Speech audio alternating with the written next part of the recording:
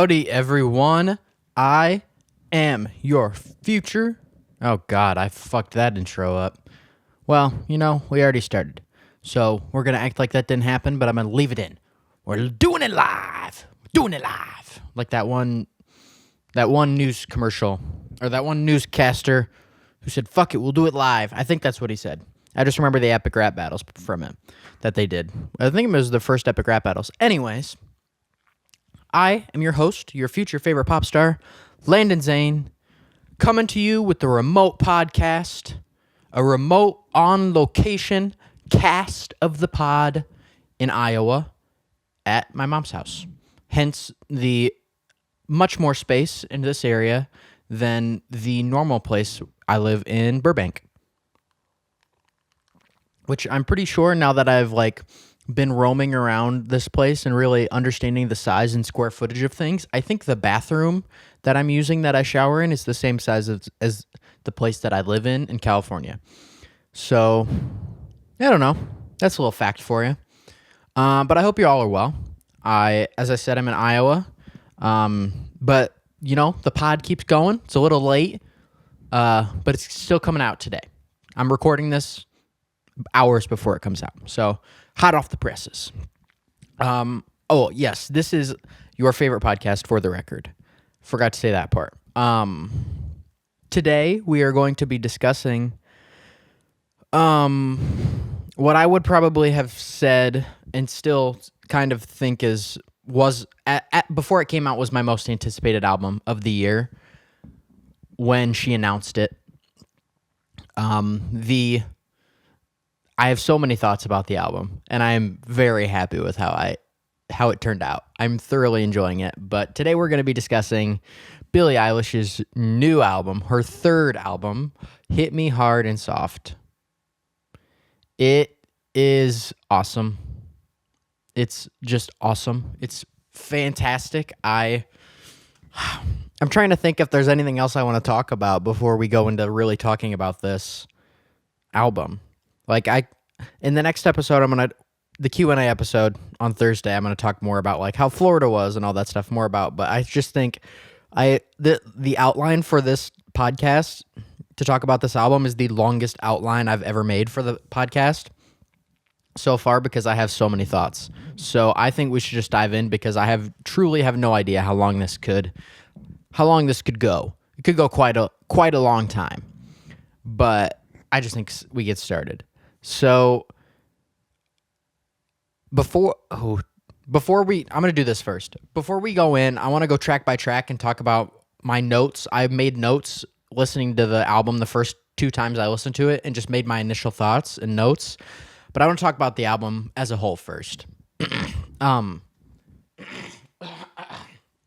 Sorry to clear my throat. I had to move away to take a breath. If y'all know that reference, I think I fucked up the reference. But if you know that reference from 2008 YouTube or whatever year that would have been, I love you. Chocolate rain. Chocolate rain. That might help. Though I gave it away. Anyways, all right. So, Billie Eilish's new album. I wrote this down as my first thought as a whole of the album. I wrote, this album feels like a deliberate and strategic divergence against what is trendy on TikTok and the short and quick songs that trend, and a desire to create something new and completely different. And then I put ... and it works. So I was in Florida when this album came out, and I listened to it, and it's not often, very few times as a person, an artist, and a songwriter myself, I can name 10 to 20 times in my life where I've consumed a piece of media, if it's a movie or a song or an album, any piece of entertainment and media and art. 10 to 20 times in my life have I listened to something and loved it so much and been so floored by how amazing it is that it made me angry. And that happened with this album. I finished it for the first time, and Sebastian, my friend, he was at the listening party, and I texted him when it was over, or he went to the listening party in LA. And I texted him when I was done listening to the album, and I literally was like, I am fucking furious. I am furious because I like part of me thought like this type of pop music at this level of success wasn't being made still. Like anybody that was making anything super cutting edge and different and groundbreaking was kind of still underground, and at least in my mind, like there haven't been artists recently that have been creating things that are so groundbreaking in pop music that are at the top tier of music. And I'm not saying that that's a bad thing or a good thing. I'm just saying that's what I think. But then I heard this album and I was like, motherfucker, she did it. And When We All Fall Asleep, Where Do We Go is one of my top 10 favorite albums ever. And I'm gonna have to sit with this album because it may, God, it's so fucking good. Like, it makes me so angry that Phineas and Billy Billy and Phineas could make something this phenomenal in pop music. That something this experimental and groundbreaking. I have never, literally my dream as an artist is to make an album of pop music that when people get done listening to it, they say, I've never heard anything like that before. That is my dream. And in a good way. And it infuriates me. I'm so jealous that I thought that about this album because it is fucking incredible. It's so good. It's so good. It's so well produced. It's so well written. The vocals are incredible. The lyrics are great. Like the songwriting, the melodies, the transitions, like the mixing is so good. This is far and away the best mixed album I have heard all year. Far and away. I don't understand how I'm pretty sure Phineas mixes the music too, or if Billy helps too. They either do that or they send it off to an engineer and they help. I can't really remember. But it boils my blood in a good way that music of this quality is still being made. And this music, or I shouldn't say quality, I should say music of this caliber and this boundary pushing is still being made. And oh my God. All right, what else did I write down? I wrote more thoughts. I wrote, I hate her as an artist and someone who wants to take over the music industry. Oh, and then I wrote, I hate her because the aspirations I have and groundbreaking things I want to do are things she's beating me to and doing better than I currently can, which I kind of think is true. Not I kind of think is true. Obviously, it's true. She's a massive star, and I'm in my mom's basement right now in Iowa. But, it's the grind. But, and I say all of that in a good way. Like, I asked Sebastian if, as an actor, if he had felt that watching a performance or filmmaking or anything, and he said, yeah. It's this thing of, pure. The only way I can describe it is if, I was alive or I was growing up when Michael Jackson was coming up, or, obviously Elton John, my idols in their peak prime. Or if I would have been my age, maybe 8 years ago with Taylor Swift, just at that level of reaching so far above everyone else and creating something that is so just incredible. It is that level of jealousy because that is exactly what I want to do. And I'm so glad for it. It's a good thing because not only does it motivate me, but it's still art and there's such value in all of it. Oh my God. Okay. What else did I write? As a fan, person, and just in general, I fucking love her because the songwriting, the creativity, the vocals, the boundary pushing, and the originality of the album is a class fucking act. Amazing and truly incredible work from her and Phineas. I probably wrote that at 1 a.m., but I agree with that. It's just okay. I could just gush and say like general things, but we need to dive in to the track list. And I'm gonna read my initial notes, and then at the time of recording this podcast, I've listened to the album probably 5 or 6 times all the way through. And then I've gone and listened to the stems of the album and the instrumentals and kind of seen how they did that for my own producer and musician brain to see what I can think. I can't easily say before we dive into the individual tracks that this is the best produced and mixed album I've heard all year, and probably last year too. Maybe there's a few albums that could come into conversation from last year, but easily in terms of this year, this is the best produced and mixed album I've heard, especially mixed. The mixes on this album are incredible. If you don't know what mixing is, it's like making everything. Producing is like making the instrumental and the music and the beat, and then mixing is like producing is the ingredients, and mixing is the recipe to make sure everything goes in the right place during the right time, and making sure it all comes together in the right way. I hope that made sense. I think that made sense. But we're going to dive in. So track 1 is Skinny. And these are, I made notes just when I first heard it, but I'm going to talk more about it. So track 1 is Skinny. I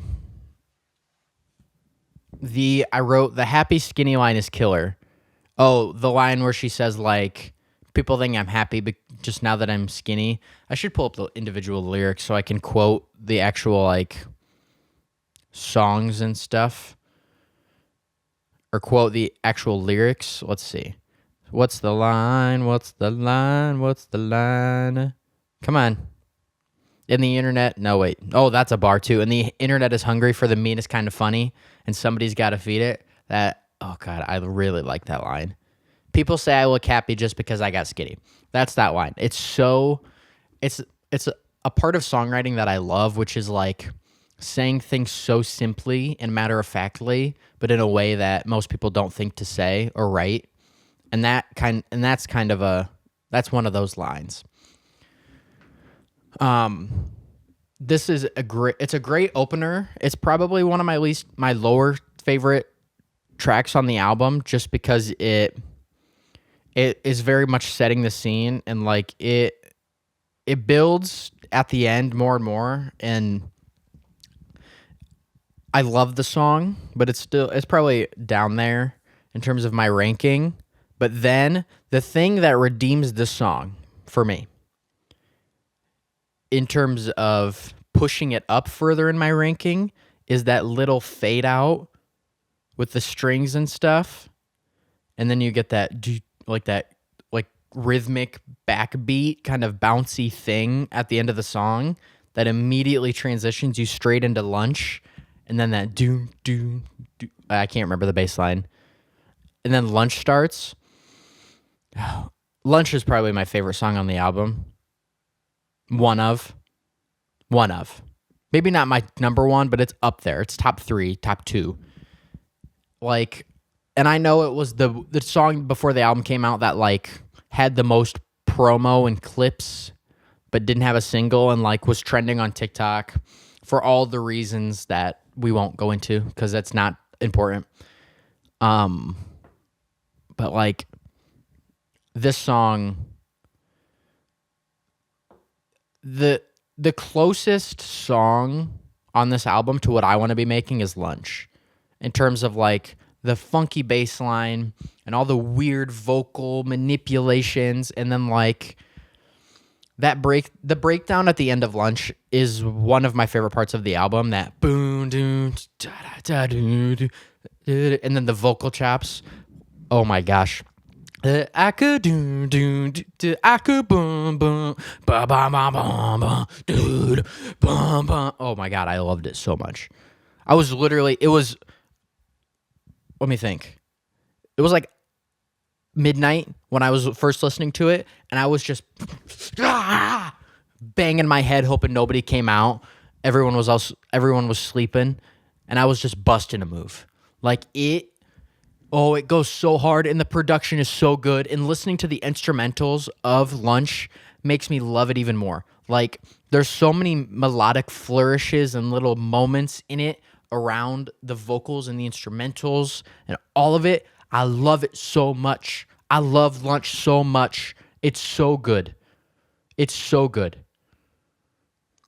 And the transition straight into it, and then like that intro where everything is kind of taken back a little bit and kind of tame, but you still hear everything, like the drums and the bass line and everything's still in there. And then that, like, the guitars kick in and everything opens up, and it feels like this wash of the instrumental opens up. Oh my God. It's so good. I love it. I love it so much. I love it. I want it in my veins. I want it right here.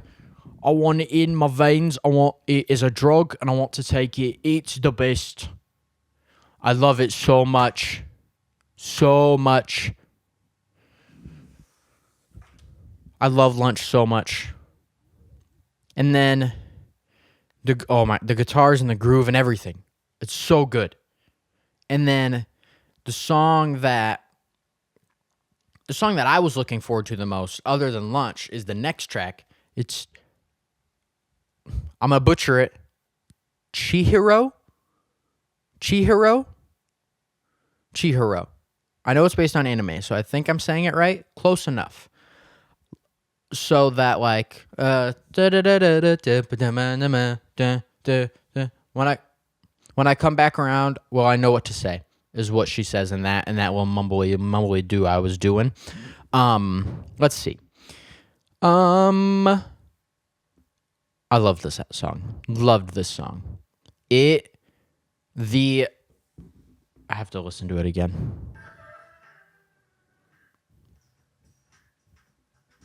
Ooh! Oh yeah. Yeah. This song's great. God, this album's so good. The combination of the, like, electric and sampled snares and drum machines with the acoustic, what I'm like pretty sure is acoustic drums and, like, hi-hats and stuff, gives it such this sweet groove and this bounce to it. And then, like, that, and it just, like, takes the entire thing over at the end, and it builds to this massive thing. Oh my gosh. Guys.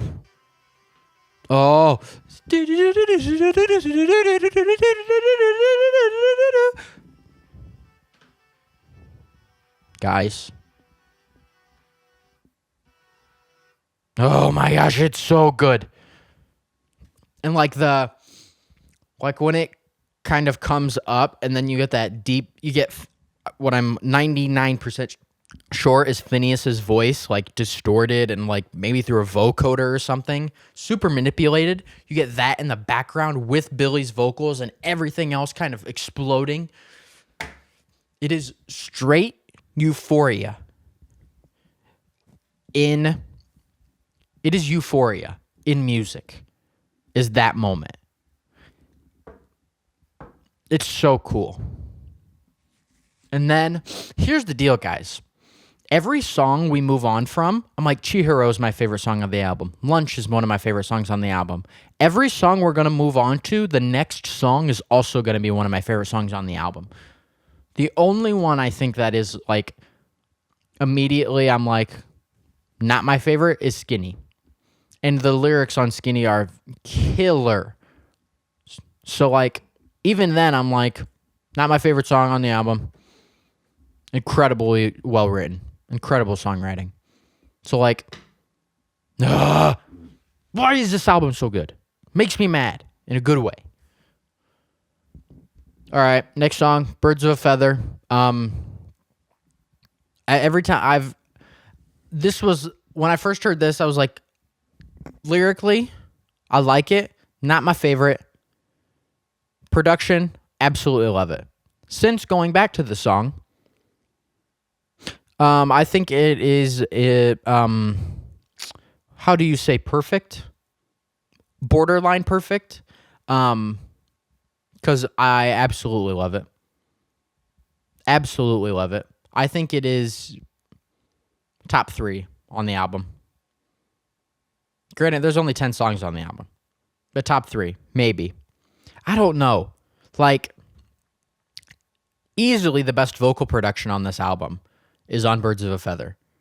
The production is so well done. And I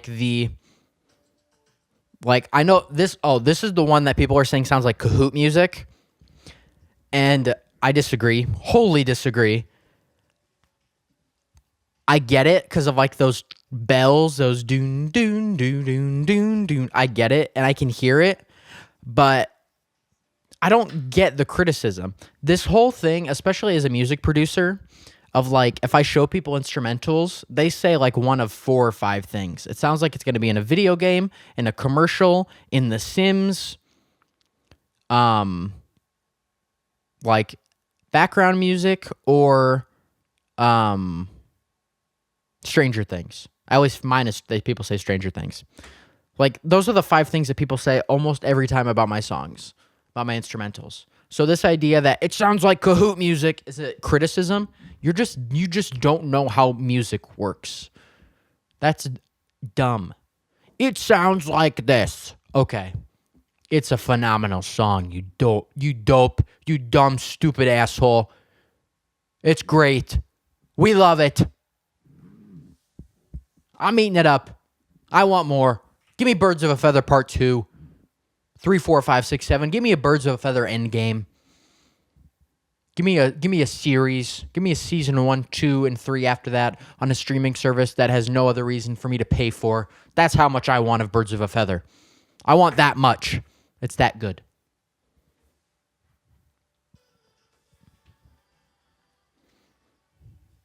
I'm listening to the song right now if you can't hear it. It's so good. Like, it's so good. And if I went and read the lyrics as I listened to the song the second or third time I listened to the album, I love it. And that that weird, you know what it sounds like? It sounds like that MGMT song. Is it Electric Feel? Wait,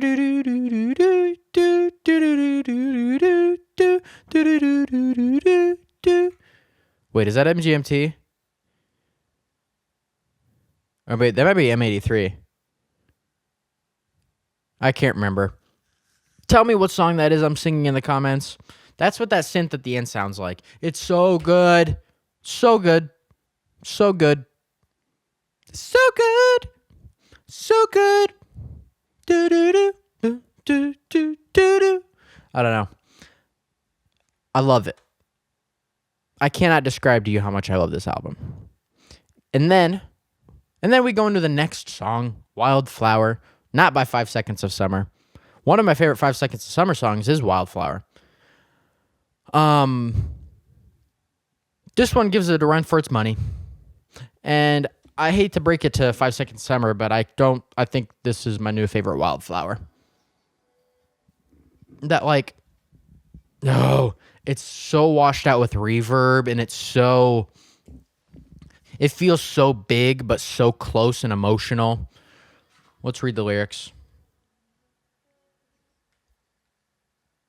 Oh, the melodies in this song are beautiful. My gosh. I need to listen to this more. And the thing about this album is it's one of those albums that I know that is my favorite part of music, is that the songs that I go back to and I re-listen to and I find something new every time I do it. It's really, really hard to do that, to make an album and and produce music and write songs and all of that, to do it like that. And I know every time I listen to this, I'm going to find new stuff of like, God damn it, they did that too. They did this and they did that. They did it all. Like, save some for us. Don't take it all. Don't they made this album so good that they didn't save any for the rest of us. They went for the jugular in this album. They said, you know what? All this stuff people are saying about this, that, and the other, no. We're going to do it all. They said, you can't do this and do that. I said, okay, watch me. Billie said, hey, I'm tired of the trendy TikTok songs in the 2-minute songs and all of it sounding very, very similar, I'm putting words in her mouth. I don't know if she said this. I'm making this all up. But like, she's like, you know what? I'm going to make what I want to make. I'm going to make it experimental. My brother and I, we're going to just go fucking crazy. And it's going to trend on TikTok. Like, whoa is it going to trend on the talk? I'm going to make all of the people listen to the album and make it trend. It's going to be that good. And it's going to be different. And let me tell you, they did it. Because, like, is Wildflower the song with the transition?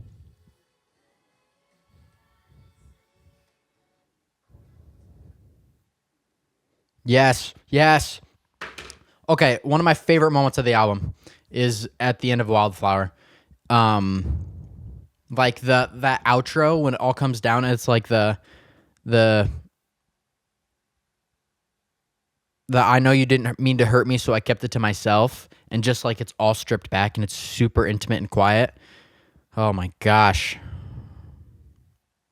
Like, and Wildflower is so much interesting ear candy and so many little things throughout it all that make it like,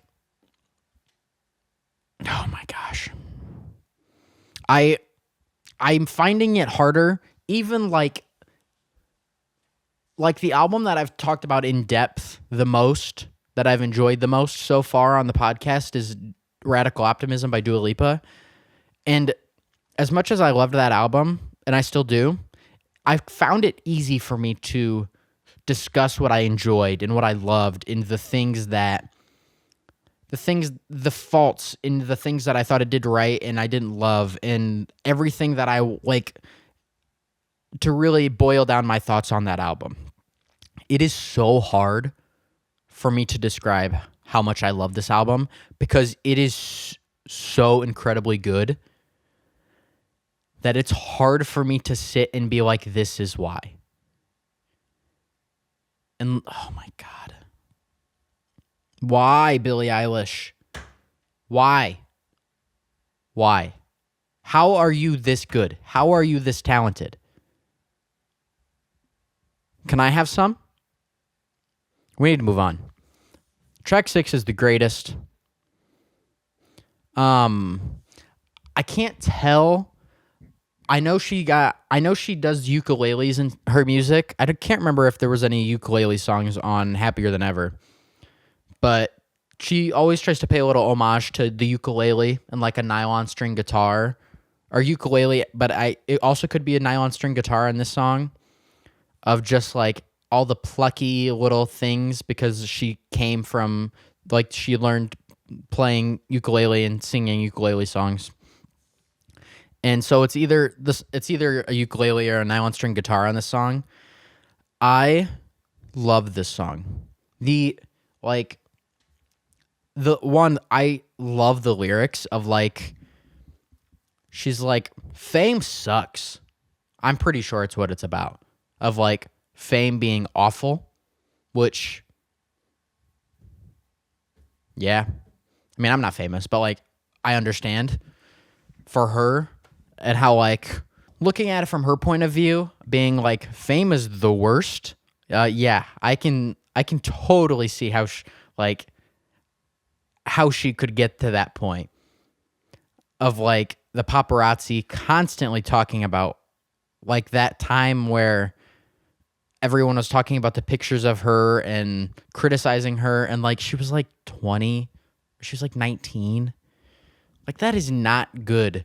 So, like, I'm pretty sure, like reading the lyrics, my congratulations, all my love and patience, all my admiration, all the times I waited, like,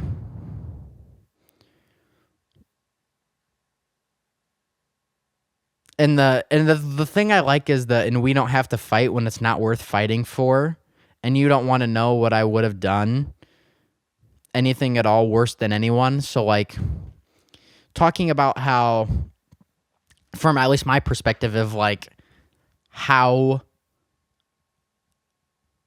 so much of fame and like being a public person for her is like you it feels like there seems to be this thing that you only want to do good things and good deeds if other people see you doing it, so they see you as a good person, which is not a noble reason to do good things. If your only motivation to do good is because it will make you look good, like it feels tainted and it doesn't feel as good. And I'm pretty sure that's what that lyric is alluding to, which I really like. And then like the guitar, like starting out with the super light production at the beginning, and then like that, oh my gosh. Oh my gosh. Like that, when then all the guitars and the synths, and it almost feels like an arena rock, like huge Queen song. I don't know if Queen is the best example, but it starts super small and it explodes at the end with this wash of like synth and guitar and like distortion. And her vocals, which are more reserved at the beginning, somewhat, just like explode and are distorted and are screaming out at the end. Oh my gosh. And then she flips it. Then she does the old Missy Elliott. She does the flip ski and reverse ski. Woo! And then she says, "You could have been the greatest." Oh shit. Like, she's like, "You know what?" She's like, "Maybe I'm the greatest." No, no, no, no, no. You could have been the greatest, but you suck. You stink. You a hoe. She's like, "I ain't about that life. You suck." Fire. Fire. Billie Eilish. Lyrical, pen game on point. She got that feather pen. She's dipping it in the little in the ink, that little ink well, and she's writing it like she's in the 1800s. She's going, dear hearth heavenly, it hath been fortnight since I have talked to thee, and she's writing bars like that. She's writing bars with that feather pen and that little ink and writing it like that. That's the bars she's writing on this album. Queen. Oh my gosh. All right. Next song. Next song is Le Mort de ma vie. Le Mort de ma vie. It's French, I'm pretty sure. And I'm not doing a French accent. Maybe this is a French accent, I think. Le Mort de ma vie. This one threw me for a loop when it started. I'm not even going to lie. Because you go from that huge rock, like, that huge rock ending to the greatest. And then, like, is there anything else after the greatest at the end of it?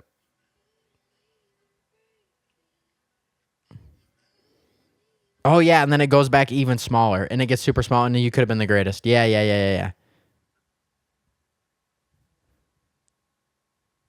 Does it transition? Is this one of the songs that transitions? Let's hear. Maybe. But anyways, when this song started, it threw me for a loopski. Loopski doopski. Let me tell you. Because you go from that, like, super creative production and everything, and then you get, like, this, like, jazzy, like, this watery keys and, like, this, how do you say your name? Leve? Oh, God, I know I butchered that. Like, how people say Laufey, that's not correct.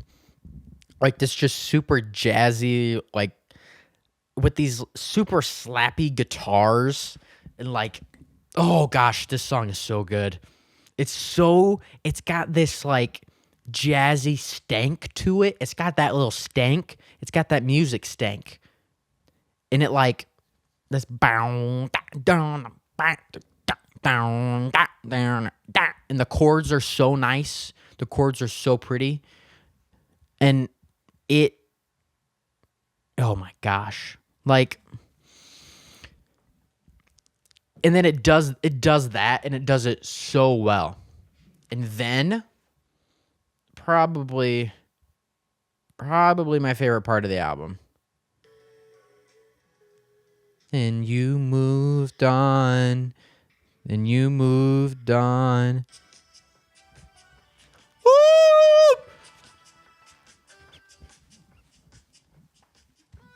Oh no, this is the best song on this album. When I re-listened to it before recording this, I did not get this far in the album. The last song I listened to was The Greatest before I started recording this, and I did not get to this part of the song.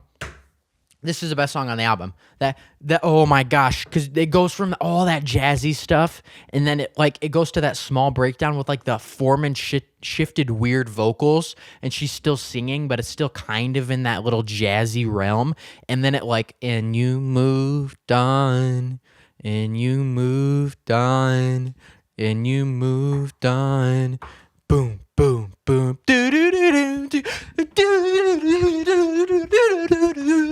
Woo! It's so good. It's so good. Oh my God. And it's like hyper pop. It's like dance. It's like electronic dance.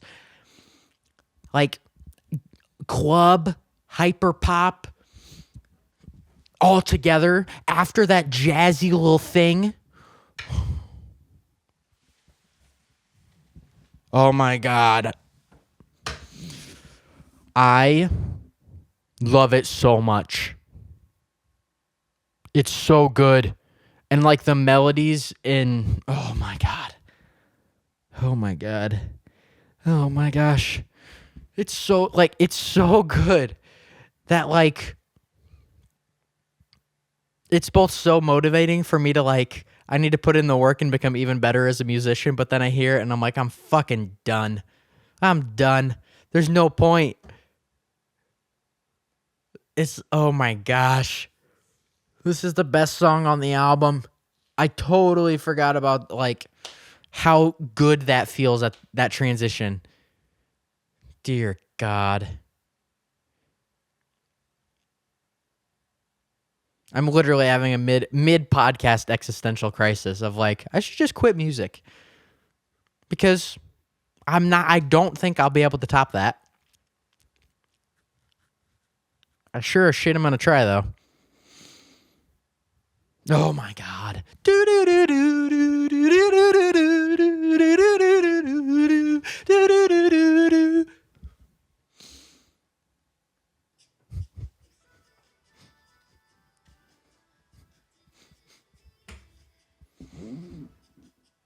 And like that cool like that auto tune used so effectively.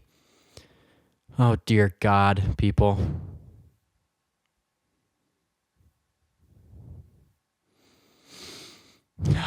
Fuck, I love this album. This may become one of my top 10 favorite albums ever. It really could. I was excited for this album. I was really excited for this album. I was recording the podcast when I first heard that she announced this album, and it was on camera and on the podcast. I think it was during the first or second episode of the pod. And I was so excited. But like, fucking dick and balls, man.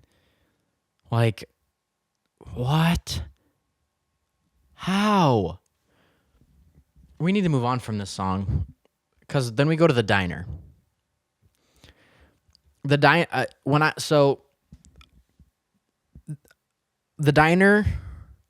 people are comparing it to that one Rihanna song, and then people are also really comparing it to the Kahoot music because it's got that bossa nova-ish groove. That, and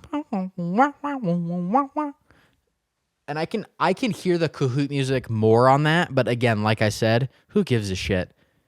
And people are saying this is when I see people's rankings, this is usually at the bottom or it's close. No,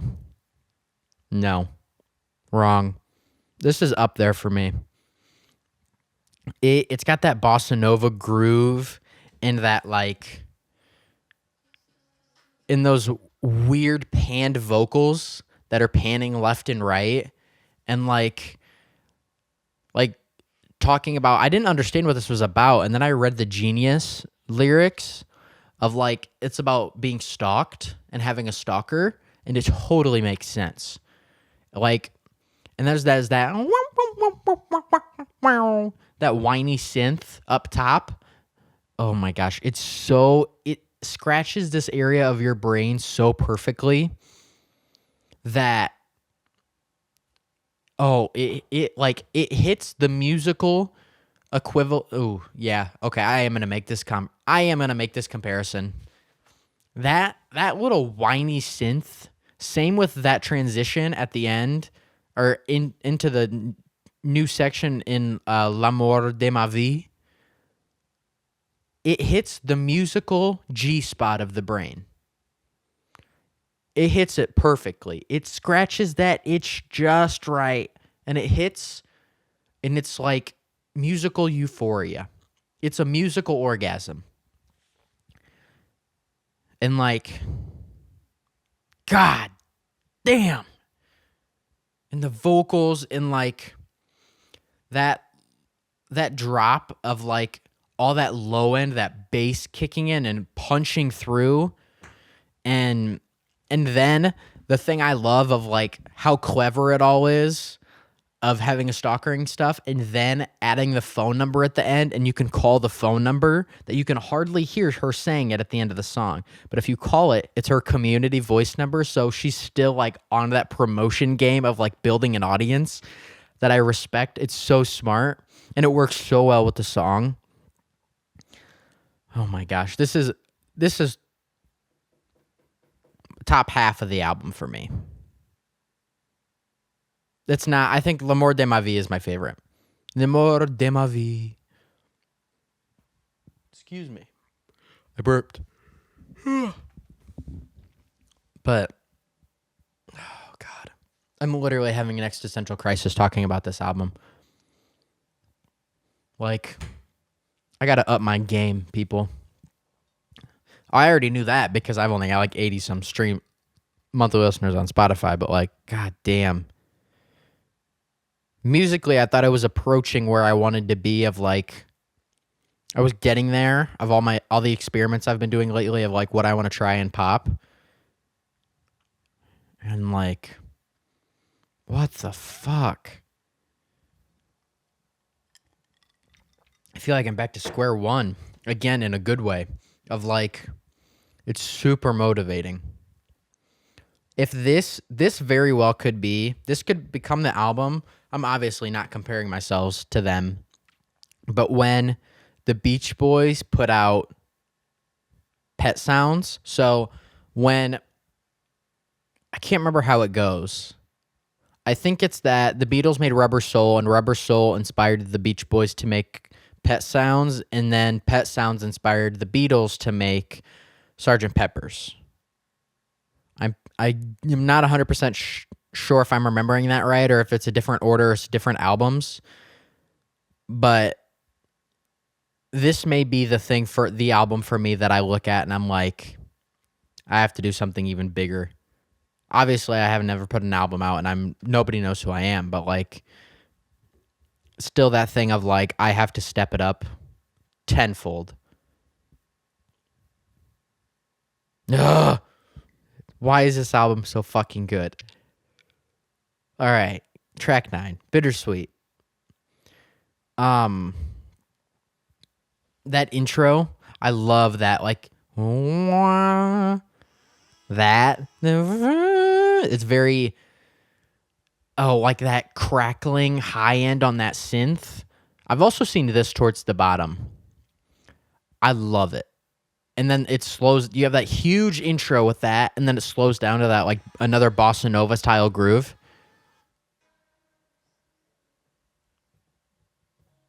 Boom, bum, boom. This one sounds like being underwater. This is a very underwater vibe, obviously going with the album, the cover and stuff. Like, and then all those jazzy drums and the percussion and stuff give it this nice groove and bounce to the song. And then like those synth plucks, those plucky round, like very plum, plum, plum. And then the slowdown at the end of the song. Do, do, do, do. Bum, bum, bum, bum, bum.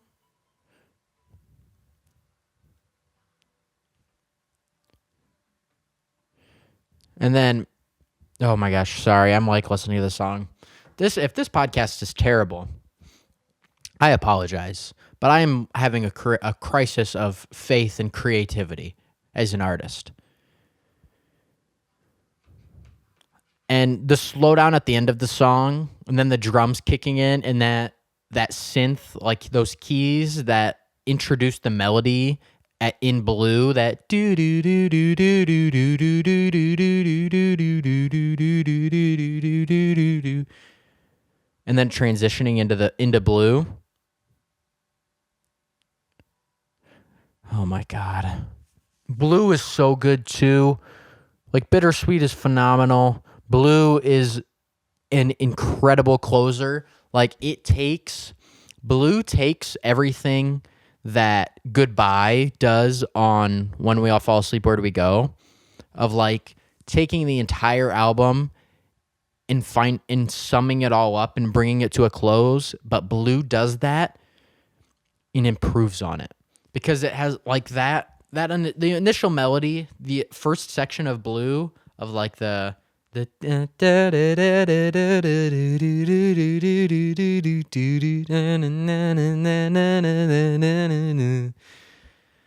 my god, it's so good. Like the vocal stacks and all the layering and the production is amazing. And then that drum groove, that upbeat like bounce is so nice. It's so good. And then it transitions like those chimes and all that like wistful thing that pulls you into the new section of the song. And like, let's see where it's at. And then it goes to this like super mellow, very emotional, ballady type thing that is a lot more intimate, a lot more quiet and smaller.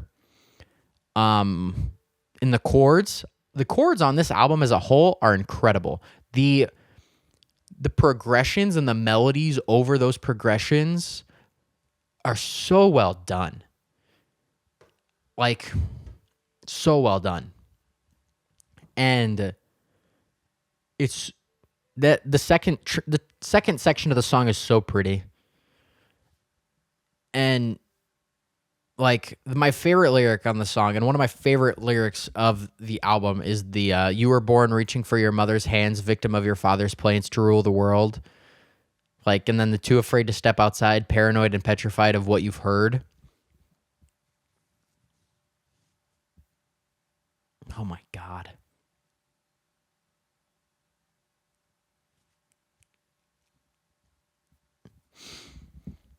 This album is so good.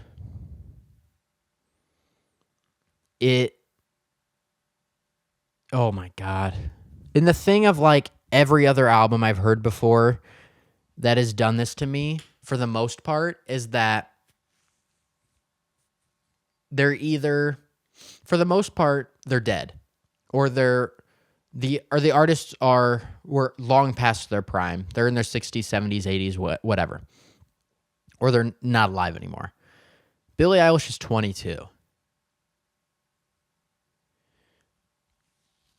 Oh my god. This is the first time I've heard an album at this level of fame and prime and peak that like I'm Oh my gosh. Okay, and then you go into the second transition from Blue into the third section of the song where there's like those format shifted vocals. Boom, boom, boom, boom, boom, boom, boom, boom. Yeah, like that weird bounce in that like do do do bum bum bum bum bum bum bum bum, and that the format shifting and like that screechy production. Where'd it go? Oh, it's got that.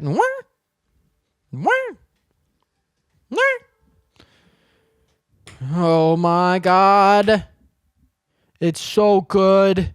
And the production is the percussions and the drums. I like it's so creative.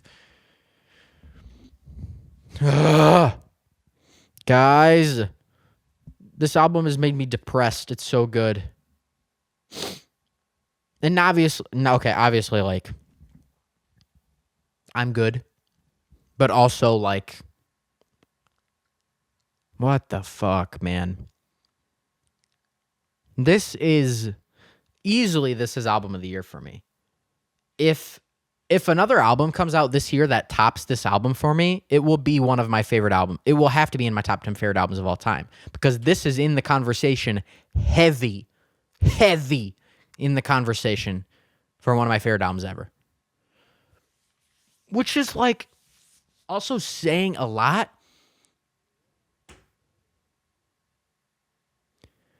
Cause like I've listened to a lot of music, especially in the past year or two. Like I've heard a lot. I've heard it from all the eras, all the times, all the things. This is in the conversation for one of my favorite albums ever, and it makes me so mad cuz it's that good.